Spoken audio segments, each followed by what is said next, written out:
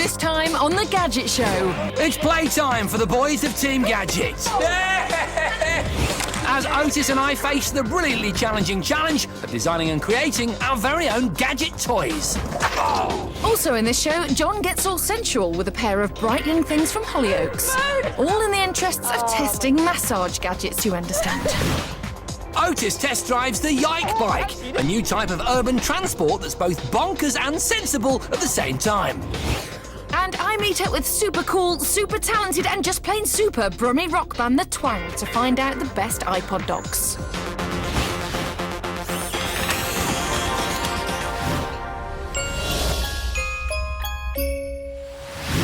Hello and welcome to the Gadget Show. Yep, welcome to the home of Gadget. Come on in, close the door, pop your shoes off, make yourself a brew. Now, as you take a look around the studio, you may be able to guess what this week's challenge is all about. Yes, we're talking gadget toys, and it doesn't take me to tell you which two idiotic members of the Gadget Show lineup were chomping at the bit to get involved with this challenge. What are you trying to suggest? That two professional technology journalists get stupidly excited so that they can't even control themselves when it comes to gadget-based toys? Yeah, it's about right, isn't it? Fair point. Toys, gadgets, gadgets, toys. They go together like Bang & Olufsen, Apple and Mac, Perry and Bradbury, or any other perfect combination you care to mention. Now, this is encouraging, Jason, because we're in a toy store. Good start. I agree, man. I don't see how this could possibly not be a great challenge, do you? Hang on a second. Oh, hello. Is that a Mini X5 at my foot? All right, thanks. Cheers. Have a look. OK. Otis and Jason, your challenge this week is... to each build a brilliant gadget toy and then present it to an expert panel in just 3 weeks' time. OK, now, Jason, I know you probably fancy yourself as a bit of a toy man. Well, seeing you put it that way, yeah, I do. Yeah. I got you on this one, right? Are you sure? Yeah. Well, you're confident already? Oh, yeah. I'm going to build a... See you soon. You see, he almost actually gave it away then. From the start, technology has always had a big part to play in the world of toys. And now, like every other area of our lives, tech is taking over. So, coming up with an innovative gadget toy wasn't going to be easy. Fortunately, to give our research a kick-start, the production team had set up a focus group made up of some of the meanest toy testers on Earth. That's right, kids. All we had to do was bring along tech that we thought might interest them. I brought robots, games, and lots of radio-controlled vehicles. There we go. And it was the RC battle tanks and dueling helicopters that grabbed the kids' attention first. Once you get the hang of it, start pointing it at this guy's copter and try shooting it out of the sky with this button. All right. Micro-helicopters have been around for a while, but these are fitted with infrared guns and receptors. Hit your opponent 3 times and you take them out. I'd gone for action toys, cameras, and lots of music tech. But it was a star spotter that I ended up explaining first. This is basically a planetarium, OK? So you hold it up to the sky, and it gives you information about celestial bodies, planets, stars, that sort of thing. I'm called Celeste. Is that your name, Another big hit was the Air Zuka, which can fire a blast of air up to 10 metres. Toys don't come much simpler, but the latest model comes with added tech. Laser targeting, dude. What was that? Perfect for taking out the opposition. The high-tech digital scoreboard for the low-tech Nerf gun was also a hit. This is the USB microscope. I'm just going to fire this up now. Oh, look at that. That is a close-up of the paint. The Veo USB microscope can magnify up to 400 times, and its output can be recorded as either stills or video. Oh, wow. Although there are still some places you shouldn't stick it. Not up my nose. Right, say hello to Hexbugs, kids. Look, quite simple. There's a little flywheel in there, right? A little free-spinning wheel. OK, but it doesn't spin equally, so it creates a vibration. Very, very small. And that vibration is enough to move these little bugs around. If you put them in an enclosed area, like these hexagons and these little runs, they bomb around and they look just like actual organic bugs. Probably a little too bug-like for some people.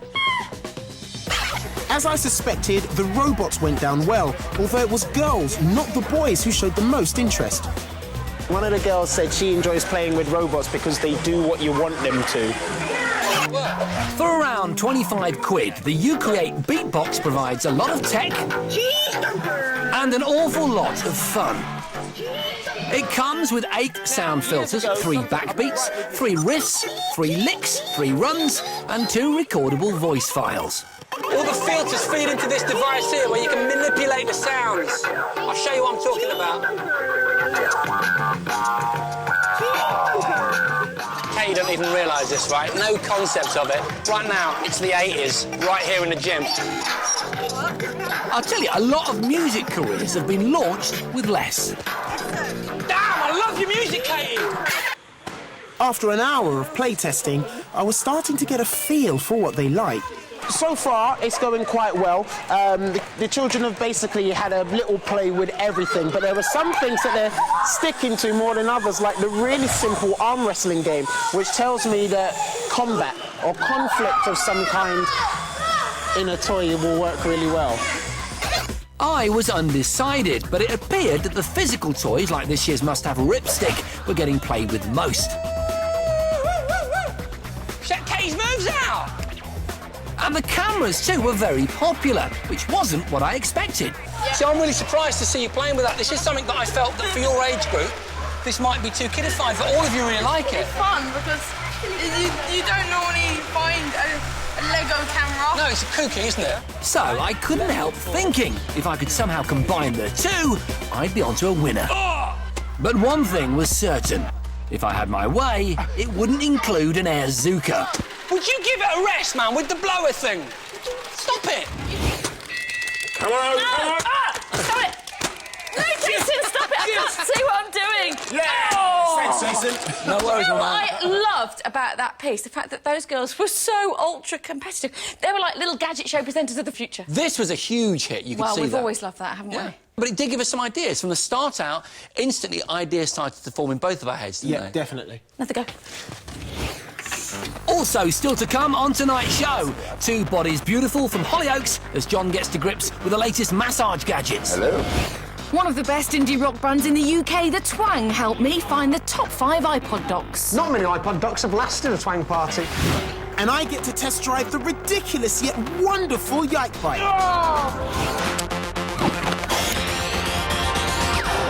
Welcome back. Now, I want to talk to you about massages. Nothing seedy, inappropriate or unpleasant, just honest home massage gadgets that can help you tone up or get rid of aches and pains. There's an absolute plethora of these devices on the market. You can use on your head, your back, your feet, or pretty much anywhere you care to mention. But which are the best? And are any of them actually up to the job?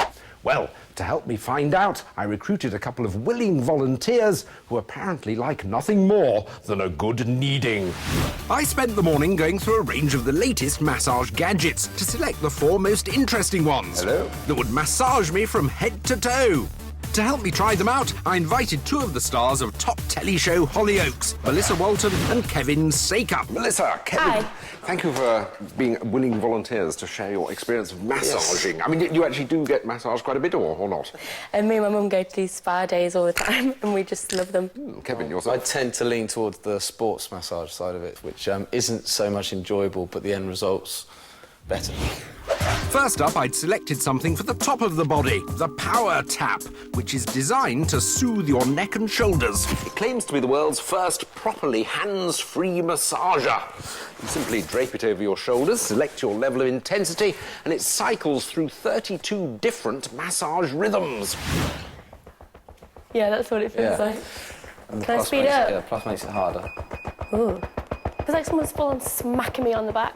Oh, it's so nice. And if the pounding wasn't enough, the Power Tap also has a built-in heater to increase your blood flow. So what do you think of the Power Tap? I think it is not going to relax anyone, because it just feels like someone's smacking you on the back. For me, the biggest problem is you want to be able to adjust the cycle to what you want it on. To start. I want it on that at the moment and leave it on like cycle 1. Yeah. The fact it has to go through every single motion and you can't keep it on it. A disappointing 1G for the Power Tap. Melissa and Kevin felt it wasn't site-specific and that you can't control the massage cycle. Here we have the forehead percussion massager. These little pads vibrate at up to 4,000 times a minute to really beat the stress out of your muscles.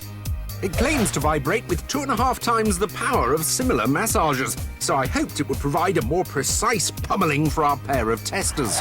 Oh, actually, I quite like that. I can feel like I can really get it in on an area that's giving me jip. It's just like these massive vibrations. Really nice. I really like that. Oh, it's so nice. What do you make of this one? It's quite good for me, but I think it's better used the two-handed way. But as soon as it's one-handed and on your back, it's too heavy, isn't it? So again, it's just 1G for the 4-head percussion massager. It caused more aches and pains in the arms than it soothed in the back. How about a massage while you're sat in your favourite chair? This is the 2-in-1 Shiatsu back and neck massager. It has 2 pairs of massagers, one for the spine and one for the neck. And after the pummeling Kevin and Melissa had endured, I thought it would make a relaxing change. Oh my God, that's so nice. That sounds like a positive. It feels like it's actually hands going like this on my shoulders. It also has a heat option that claims to ease stiffness and tension. Because I'm sat, every time it goes like that, I feel like it just pushes me forward. See, I'm comparing it to like a sports massage, and it's just not deep enough for me. There seems to be some debate on whether this one actually works. Does it? You like it. I like it. I don't. like it because I think it's like having a massage, but with 6 hands. Do you know what my favourite bit of it is? That. The off button. Turning it off.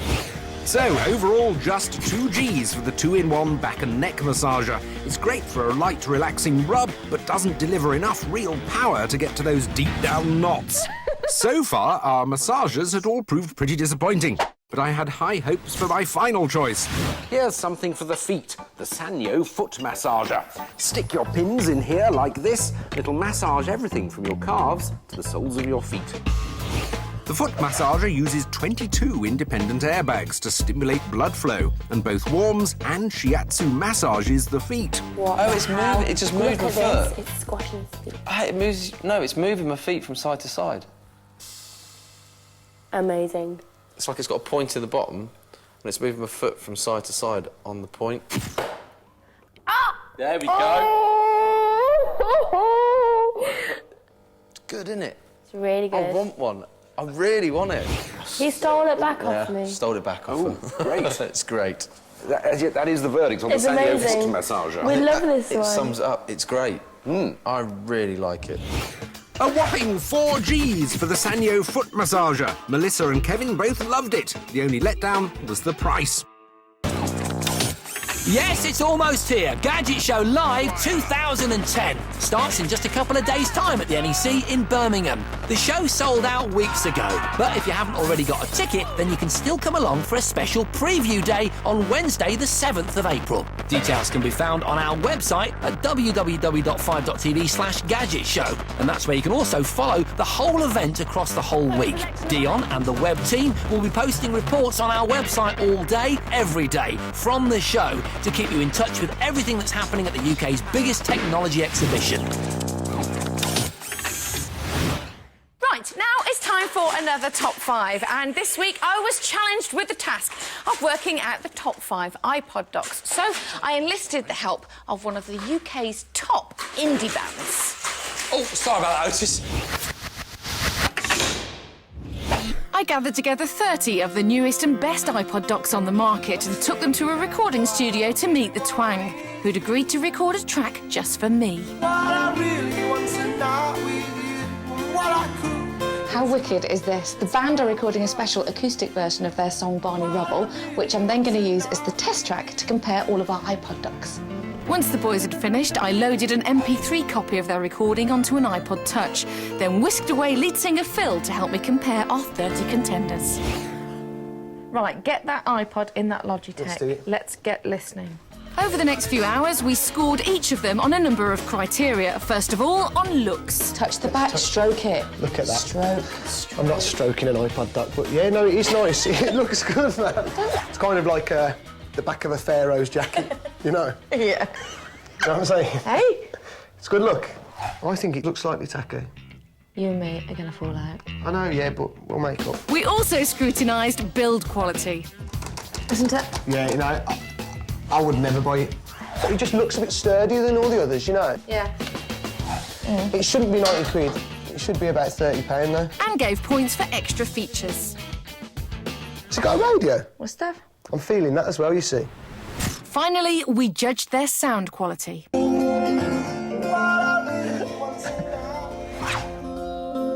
Great track.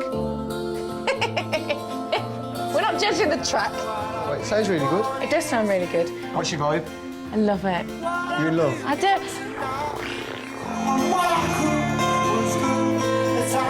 So I think that's loud enough. You can still have a little... Get your groove back. After all that fun, Phil and I finally came to a decision on our top 5, and here they are.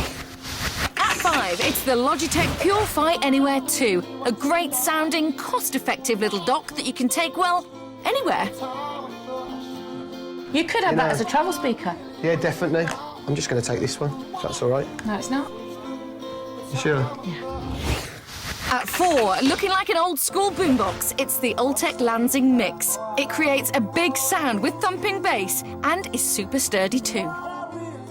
Not many iPod docks have lasted a twang party. And you reckon this one could last the twang party? I reckon it could. That's an accolade in itself, isn't it? I reckon it is. I'm putting it down. At 3, it's the slickly designed iHome Studio Series IP1. Not only is it a bit of a looker, but it also produced top-notch sound. That sounds wicked, isn't it? Yeah, it sounds really good, actually. It's really clear, so... It's a good bit of kit, though. At 2, it's the beautifully designed Logic 3 Valve 80.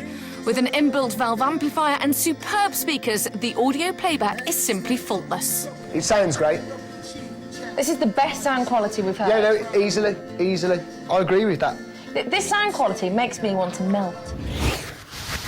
And at 1, it's the B&W Zeppelin. It came top last time we did this test and stays there, thanks to its breathtaking sound quality and awe-inspiring visuals. I actually am in lust with it. Oh, yeah? I'm in tech lust with that shape. I seen you stroking it. Yeah? Can I have you? No. I'm having it. You're having it instead.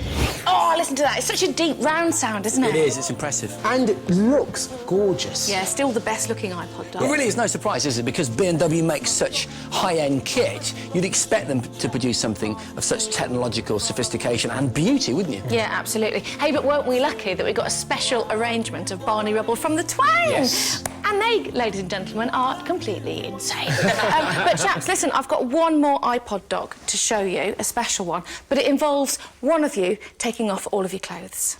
Great, I'm on it.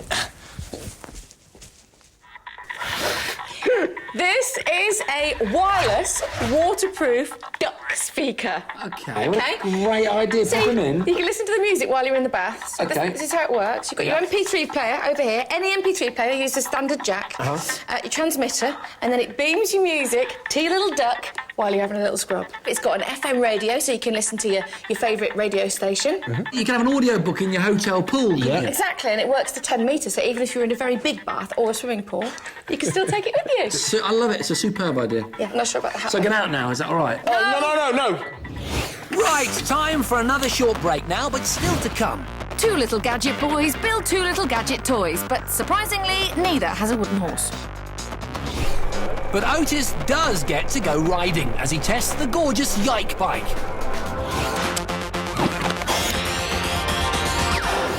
Welcome back. Now, before we go any further, have a look at this. It's the Gadget Show magazine. Isn't it a thing of beauty? Look at it. John looks quite handsome on it. You said that out loud, right? I did, didn't I? Yeah. So this is the Gadget Show magazine. It's the first ever Gadget Show magazine. It's a special collector's edition, which Nice. comes out on the 8th of April in just 2 days' time. Obviously, it's got all the usual kind of Gadget Show stuff in there, except in print rather than on the telly. Yep, there'll be tech predictions, classic kit interviews and behind-the-scenes reports, all for £5. There you go. Right, now time to move on to something that we absolutely love on the Gadget Show, personal transport. Yeah, basically, when a new personal transport gadget arrives in the Gadget Show offices, you'll generally see a rather disorderly queue of all 4 presenters outside the producer's office, all trying to get his attention and be the first to test it. Right, this week my argument must have been the best because it was I who got to try out the Yike Bike. I bet you paid him. This is the Yike Bike, and its creators want nothing less than for it to become the most commonly owned personal transport device in the world. Nothing wrong with setting yourself goals, is there? Although it's a pretty bold ambition for a funny-looking electric bike. Of course, there is an ever-growing market for electric urban transport, and we do all need a solution to the ever-increasing problem of traffic clogging up our cities. But is the Yike Bike the solution to this problem? Well, there's only one way to find out. Gary Franklin is an expert on the Yike Bike and had come down to show me how to ride it. We'll power up over here. Yeah. We're going to slowly roll off. See, I've got a throttle on the right, brake on the left. Okay. Right, simple.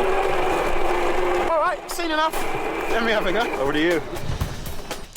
So, the thing that strikes me first is handlebars underneath the seat. Let's see how I get on with that. Okay, so that's weird. Very strange steering. The Yike Bike is made of a lightweight carbon composite material, and like the old Model T Ford, it comes in any colour as long as it's black. It's powered by lithium phosphate batteries and a chainless electric engine. I'm so used to, sitting up like this and then cycling. But it's easy after a while. The Yike Bike was designed by New Zealander Grant Ryan around the mini farthing concept. One big wheel for stability, one tiny wheel at the back to keep the overall weight down. Grant wanted to design a vehicle that rid urban commuters of the need for cars, but with comfort and manoeuvrability. So you just sat nice and easy, you don't have to go too fast. Having said that, it has got some pep to it. It's capable of doing about 12 miles an hour. Because of its small wheelbase, it's got a tighter turning circle than most bikes. Oh, foot down, penalty! And the upright seating position gives better visibility on busy streets. It also comes complete with lights and indicators to make road driving safer, although it has yet to be cleared for use on UK highways, which is why we're in a park. Much easier this, eh? We're getting wasted all that energy, eh? It's the first electric bike to come with electronic anti-skidding brakes. One of the benefits of having side-mounted steering is that if the worst does happen, you can simply step off the bike instead of being thrown over the handlebars. The Yike Bike does about 6 miles between charges, which doesn't sound like much, but that's enough to cover most urban journeys, and you get a full charge after 30 minutes from the mains. Ooh! The Yike Bike has another trick up its sleeve. To make it properly compatible with modern city life, it folds down to a handy carryable size. But this is meant to be the people's electric bike, so I went to see what the people made of it. Is it the future? Possibly. Cosmic technology. Cosmic technology, I like it. It's got no handlebars. The handlebars are underneath you. Kick yourself off and then engage the throttle. That's simple. There you go. Bit more on the throttle. Oh, look at that, he's a natural!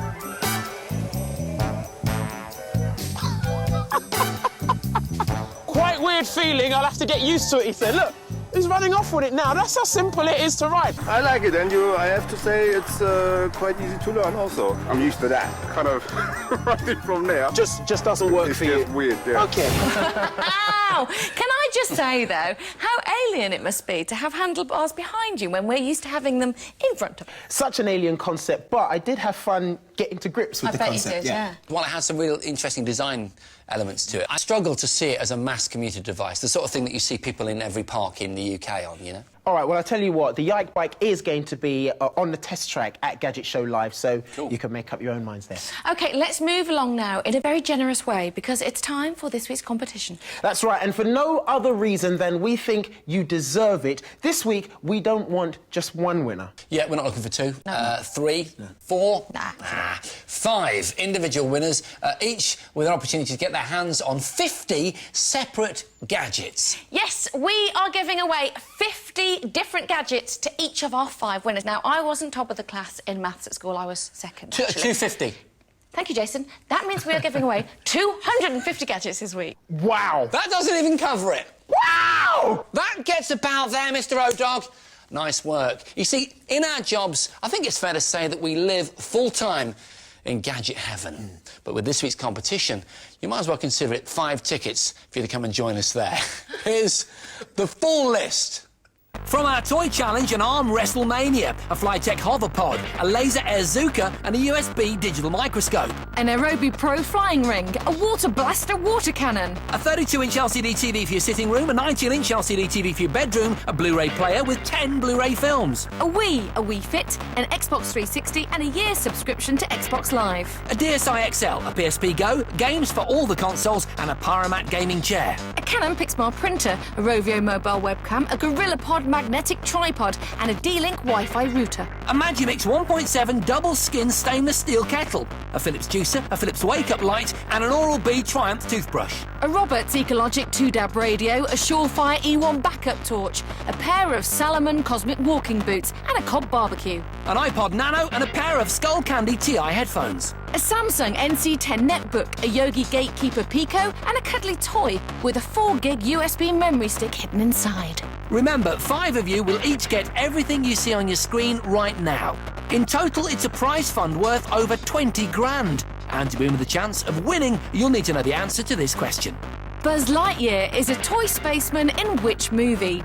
Is it A, Love Story, B, Toy Story, or C, Never Ending Story? To enter, call 0904 1616 555 or text A, B or C to 63555 or send your answer, name and contact telephone number on the back of a postcard or sealed envelope to Gadget Show 10, PO Box 46556, London N1 0WW. Calls cost £1.50 from a BT landline. Calls from other networks may vary and from mobiles will cost considerably more. Text costs £1.50 plus one message at standard network rate. For rules, go to 5.tv/win. Lines close at midday on Monday the 12th of April and 3 days later for postal votes. Good luck. Right, now it's time to return to this week's challenge, in which these two big kids were set the task of designing the very best gadget toy that they could. Yes, we'd had a think. We played with some cool techie toys. Oh, we played with some cool techie kids. And now we were ready. It was time to design and create.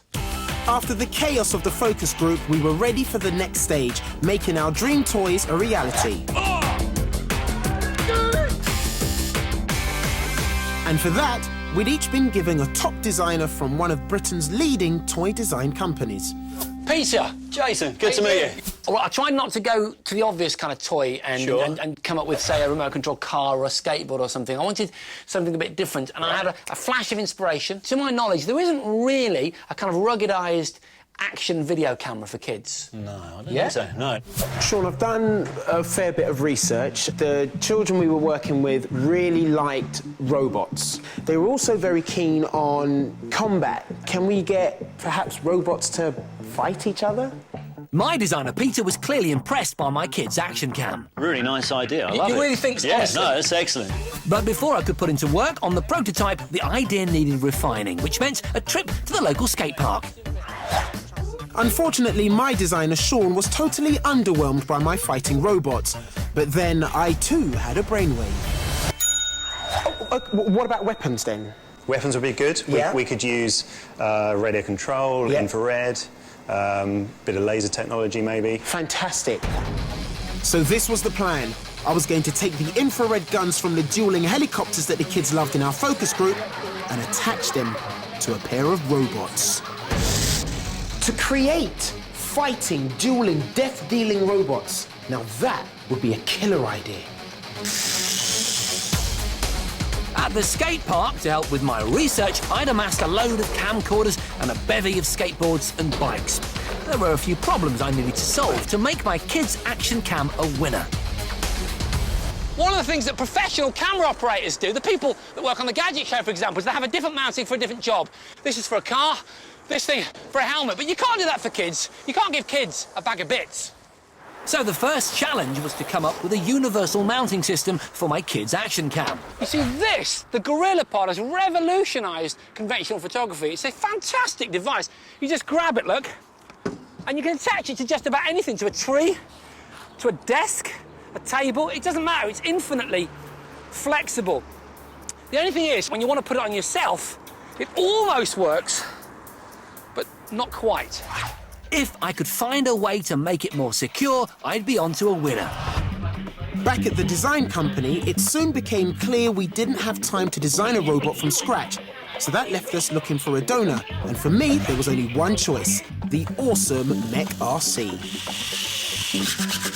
It's one of the most advanced robots you can buy. He can walk, he can even dance and pick himself up if he falls over. And because he comes with his own dedicated software, he's relatively easy to program, which is good news for me. To fit a gun and sensor would take expert knowledge. Fortunately, we had help from one of the Mech's designers, and after a couple of hours, we had our first breakthrough. As you can see, we've got a sensor here, okay, and then we've got a gun here, remote control. Basically, we've got the laser on top. Laser sight, yeah. Which allows you to know where you're pointing. Yep. So you can aim at the robot. Yep. Then we've got the infrared gun. Yes. Which we can shoot the robot with. The laser, turn on and off with that one. Shoot with this one. Yep. So if you aim it at the robot. Okay, laser sight on, up a bit, and fire. Brilliant! Meanwhile, back in the skate park, I'd come up with an adaptation to the Gorilla Pod. For extra security, I'd added stretchy bungee cords. These were the missing link I've been looking for. They should keep my camera in place, even if it received a severe jolt. Oh! It wasn't what I'd planned, but it certainly proved a point. The camera remained fixed, and it still recorded. Job done, back to base. Peter. Jason, how you doing? I'm good, man. I'm a bit sore, look. Yeah. I came oh, across no, what happened? This is what happened. Like it. From this point, things really took off. And before we knew it, we had a name. It's like an octopus or a squid. Oh, squid, and it's doing video, so Squidio. Squidio, it's great! Squidio, we've got it. Squidio. We've got our name. We then sat down and sketched out how Squidio should look. After a lot of sweat and a few burnt fingers, our robot was now fully armed and working. But I couldn't help thinking it wasn't enough, so I decided to take a massive gamble. I was hoping we could add just one more thing to our fighting robot. I wanted to add a camera, so whoever was playing could see through the eyes of the robot, and I knew exactly what to use. The mini wireless spy camera I'd used just a few weeks ago in our Extreme Wild Challenge.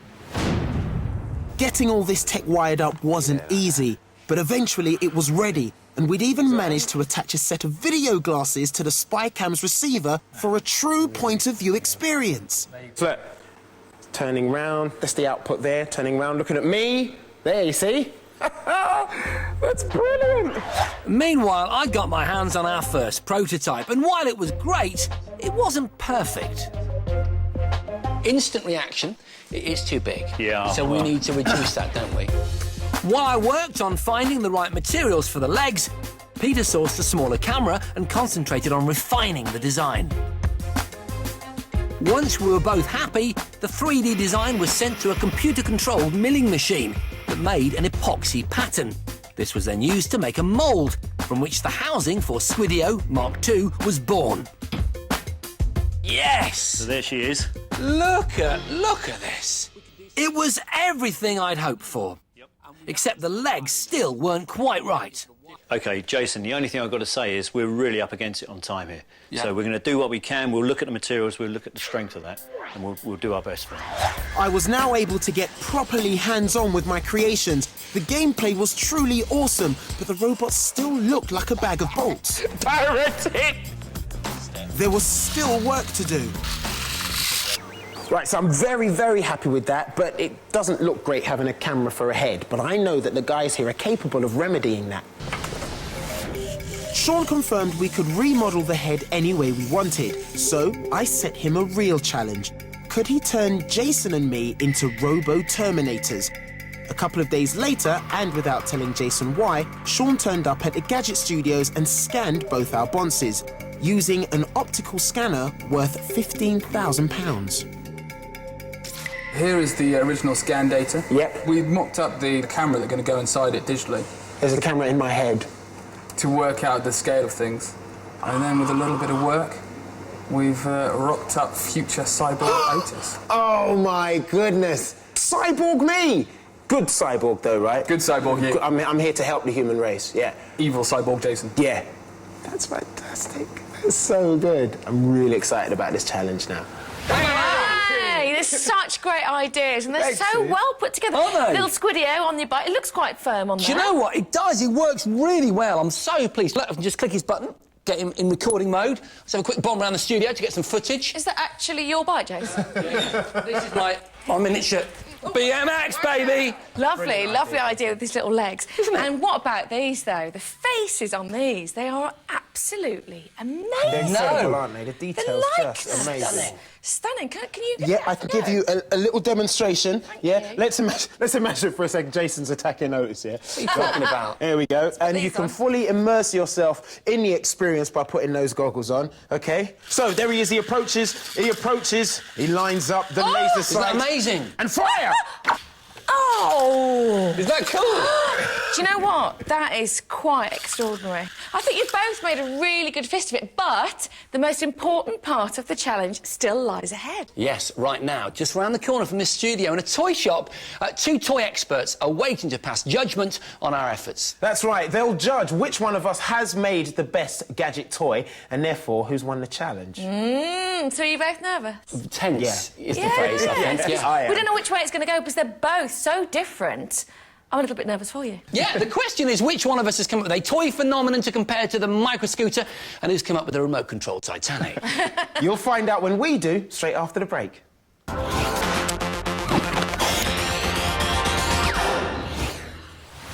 Welcome back, and you have arrived just in time to see the moment of truth. Indeed you have. For this week's challenge, Jason and I had to design and build our very own gadget toys. These are mine, the Battle Droid Warbots.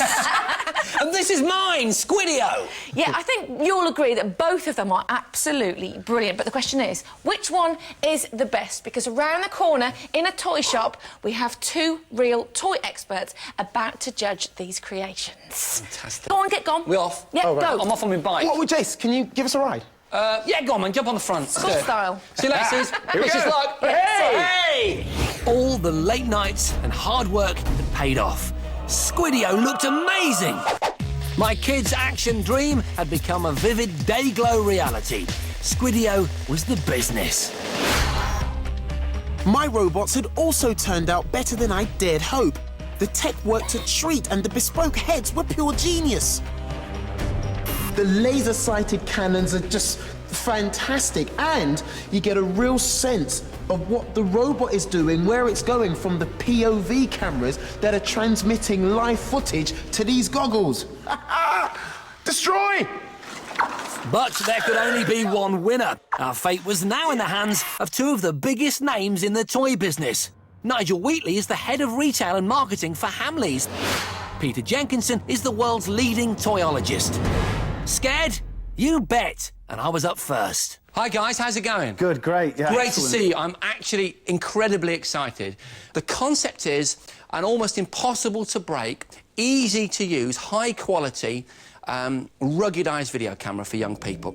Coming up with the words for the pitch was easy, as I'd been living, eating and breathing this project for the last 3 weeks. He's made of some really interesting materials, very pliable, very malleable, but also impact resistant. He's got single button operation, so there's one button here that you press to put him on, and then when he's on, you press his nose to get him going, and then you press it again to stop him. What wasn't easy was reading the judges' expressions. Talk about poker-faced. These are based on Stretch Armstrong from the 70s. Do you remember that toy? Again, because it's a prototype, I've got to be a bit careful. I mean, the idea of the arms is unique. There's nothing out there that uses a combination of a tripod structure and actual tieable plastics like this. And that's Squidio.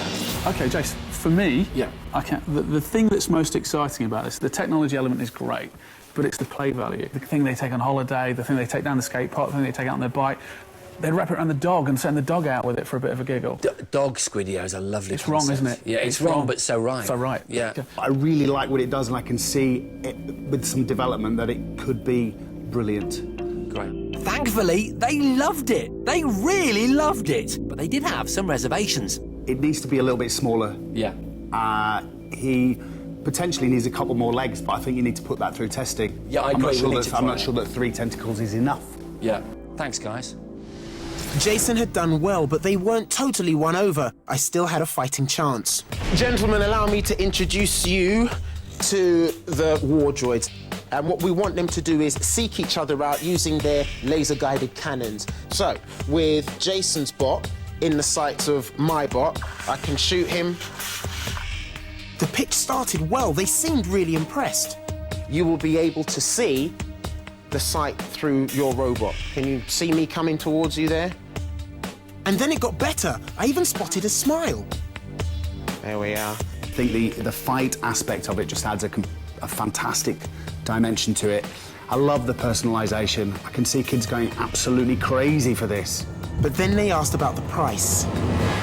How much is it going to cost me? The prototypes you're looking at the moment would come in at around about £700. And what would happen if you were Billy No Mates? If I got one of those, and I'm an 8-year-old boy, a 10-year-old boy at Christmas morning, the burning question is, who else has got one? Because, you know, they play brilliantly together. On their own, I might get it and play with it and then put it away. I hadn't thought about that, so I had to come up with an answer quick. What we'd have initially is a drone or a droid that will move around so that you can hone your targeting skills. That kind of thing. OK, cool. I like the droid edition that he just made there. I think I got away with it, but my time was up. My pitch was over. So who'd built the best gadget toy? Well, we didn't have to wait too long to find out. Have we made our mind up? You think we have? Do we get them in? I think we should. Let's do it. Hi, guys. Hello. How's it going? Brilliant. Good. It's just kooky, man. We've come such a long way, haven't we, in 3 weeks? Just those 2 products on there is amazing. Well, guys, it was a difficult decision, but we've made a decision. You know what? You can tell you put a lot of time and effort into this, and presentations were both great. It's one of the hardest decisions I've ever had to make, but there is a winner by unanimous decision. Here's Squiddy. Oh, fantastic! Well done, man. Well done. Congratulations. Oh, thank you so much. I'm so happy to have won something finally. I mean, it's my first clean win of the series. Can you believe that? It was, and it was a good win, and it just looks so cool on your head. Oh, you wouldn't even notice it walking down the street, would you? It would look great on a helmet, though, wouldn't it? That was kind of part of the fun of it. I think kids would love it, but kids also would love these if they could just come down in price. You designed the toy of the future, you see. Yeah, you did. 5 years' time, this will be the one, man. Exactly, and I just can't get over the faces. They're absolutely awesome. Stunning, But that's all we've got time for this week. Congratulations to Jason for winning the challenge, and we will see you next time. See you next time. See you.